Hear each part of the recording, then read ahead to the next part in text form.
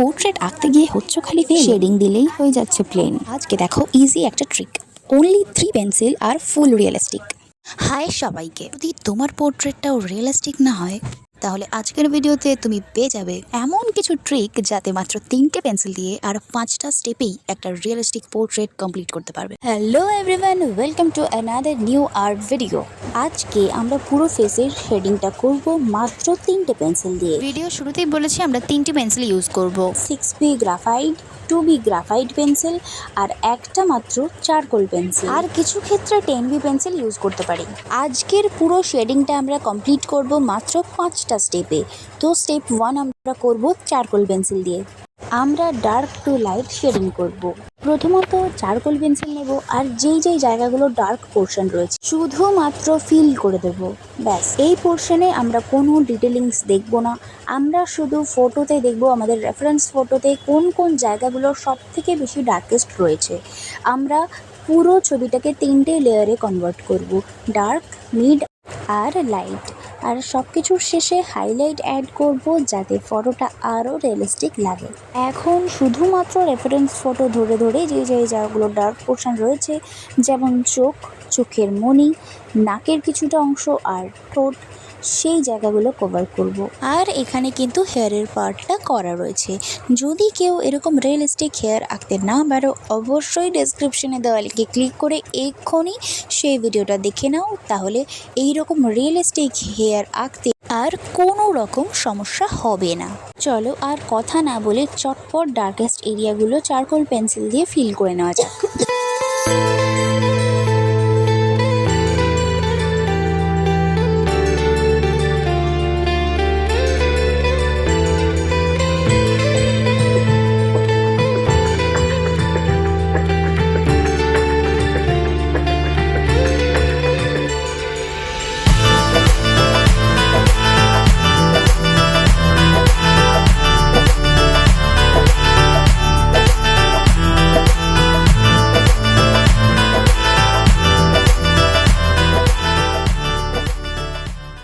এবার একটা important part, টিপসও বলতে পারো তোমরা। এই স্টেজে কিন্তু আমরা একটা ব্লেন্ডিং ব্রাশ এর ইউজ করব। কোনো রকম ব্লেন্ডিং স্টাম্পের ইউজ কিন্তু তোমরা করবে না। ব্লেন্ডিং স্টাম্পের ইউজ করলে অনেক রাফ টেক্সচার ক্রিয়েট হয়, আর যেটা একদমই ভালো লাগে না।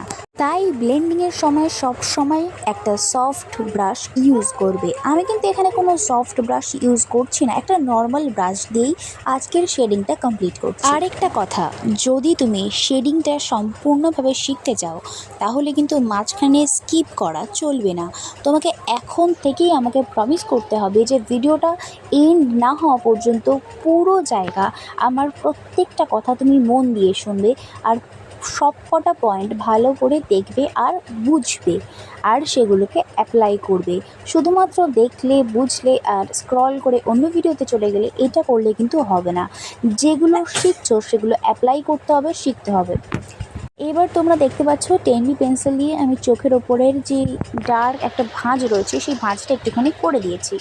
আর এর সাথে সাথেই কিন্তু আরেকটা কথা, আমাদের চারকোলের স্টেপটা কিন্তু কমপ্লিট হয়ে গেছে। আমরা ইতিমধ্যেই 10B পেন্সিল ধরে নিয়েছি, তো চারকোলের কাজ কিন্তু আমাদের শেষ। আর একটা কথা, আমি কিন্তু ইউজ করেছিলাম সফট চারকোল পেন্সিল, হার্ডও নয় মিডিয়ামটাও নয়, সফট চারকোল পেন্সিল। আমার মতে বলে এই একটা পেন্সিল কিনলেই তোমাদের সাধারণত সব রকম স্কেচই হয়ে যাওয়ার কথা, কারণ সফট আর হার্ডটা কোনোভাবেই একটা স্মুথ গ্রেডিয়েন্ট দেয় না। ওটা স্মুথ কোনো একটা টেক্সচার তৈরি করতে কোনোভাবেই কাজে লাগে না, ওগুলো ব্লেন্ডও করা যায় না। তাই আমি প্রেফার করব সব সময় সফট চারকোল পেন্সিলটাই ইউজ করো। এবার তোমরা দেখতে পাচ্ছ আমি 10B পেন্সিল দিয়ে আরও কিছু ডার্ক এরিয়া যেখানে যেখানে রয়েছে সেগুলো জাস্ট ফিল করে দিচ্ছি অ্যাকর্ডিং টু রেফারেন্স পিকচার। এইখানে কিন্তু একটা জিনিস মনে রাখতে হবে, সেটা হচ্ছে রেফারেন্স পিকচার যদি তোমাদের ক্লিয়ার না হয় তাহলে কিন্তু তোমরা এই লাইট টু ডার্ক বলো বা ডার্ক টু লাইট বলো, যে কোনো শেডিংয়েই কিন্তু খুব প্রবলেম হবে।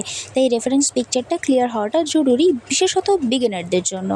তো 10B পেন্সিল দিয়ে এইভাবেই কিন্তু আমাদেরকে ডার্কেস্ট এরিয়াগুলো ফিল করে নিতে হবে। আর ডিটেলসের দিকে কিন্তু তাকালে এখন হবে না, এখন কাজ হচ্ছে শুধু ডার্ক টোন যেখানে যেখানে আছে সেগুলো রেফারেন্স ফটোর সাথে শুধুমাত্র ম্যাচ করা আর ফিল করা।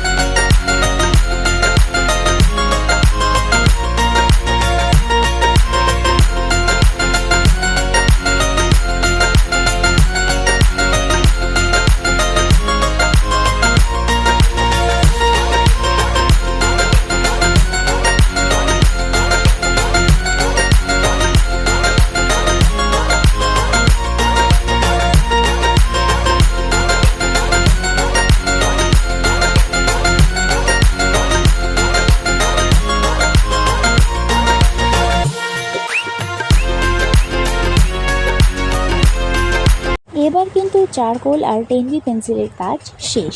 এবার আমরা ইউজ করব 6B পেন্সিল। এটা একটা গ্রাফাইট 6B পেন্সিল, যেটা কিনা নর্মাল তুমি দোকানে পেয়ে যাবে। চলো এই নেক্সট লেয়ারটা অ্যাড করা যাক। জাস্ট ধীরে ধীরে রেফারেন্স ফটো ধরে ধরে যেখানে যেখানে রয়েছে মিড টোন, সেখানে সেখানে, মানে পুরোপুরি লাইটও নয় পুরোপুরি ডার্কও নয়, এরকম একটা টোন যেখানে যেখানে রয়েছে ফটো ধরে ধরে জাস্ট গ্রিড ওয়াইজ গ্রিড মিলিয়ে মিলিয়ে সেখানে সেখানে ফিল করব। এইটুকুই কাজ। চলো চটপট শেষ করা যাক।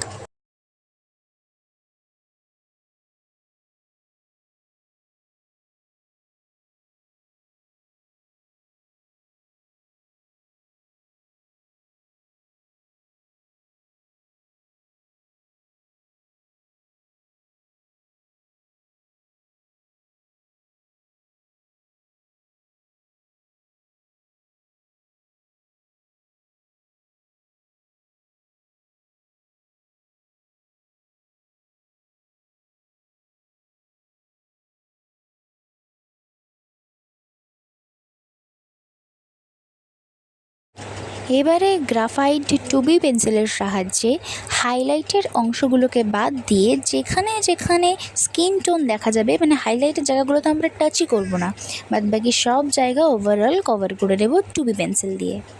এবার কিন্তু আরেকটু চারকোল পেন্সিলের ইউজ করব আমরা লিপের জন্য। লিপের পার্টটা যেহেতু এখানে লিপস্টিক পরে রয়েছে, তো অন্যান্য স্কিন টোনের থেকে একটু ডার্ক, ওই জন্য এখানে আমরা লিপে কিন্তু চারকোল পেন্সিল ইউজ করব। তার আগে ছোটোখাটো আদার্স ডিটেলিং শেডিং যেখানে যেখানে দেওয়ার দিয়ে নিচ্ছি গ্রাফাইট পেন্সিল দিয়ে।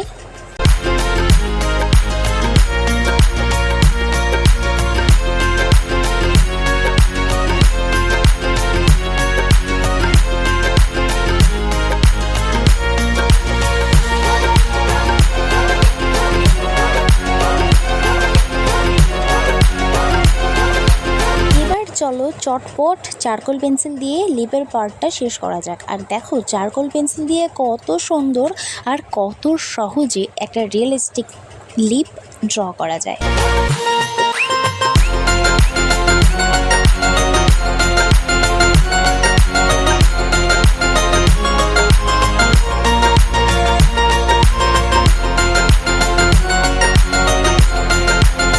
এবার দেখো ম্যাজিক, এই ব্রাশটা দিয়ে ব্লেন্ডিং করার মাত্রই এই লিপের গ্লো যেন শাইন যেন একদম বেড়ে গেল, মানে অরিজিনালিটি বা রিয়েলিস্টিক ব্যাপারটা কিন্তু চলেই এসছে। এই জন্যেই আমি ব্লেন্ডিং স্টাম্প ইউজ করতে বারণ করি। এখানে যদি আমরা ব্লেন্ডিং স্টাম্প দিয়ে এটা করতাম তাহলে কিন্তু মোটেই রিয়েলিস্টিক ব্যাপারটা আসতো না, বরঞ্চ ব্যাপারটা একদমই রাফ হয়ে যেত।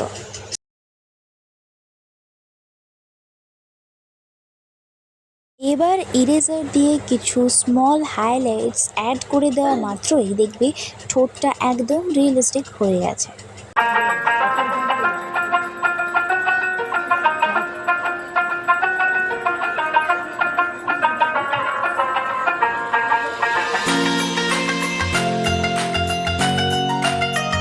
এবার আমি আবার ইউজ করব আমার সেই যুগান্তকারী ব্রাশ। এই ব্রাশ দিয়েই আমি পুরো ছবিটা এবার ব্লেন্ডিং করে নেব।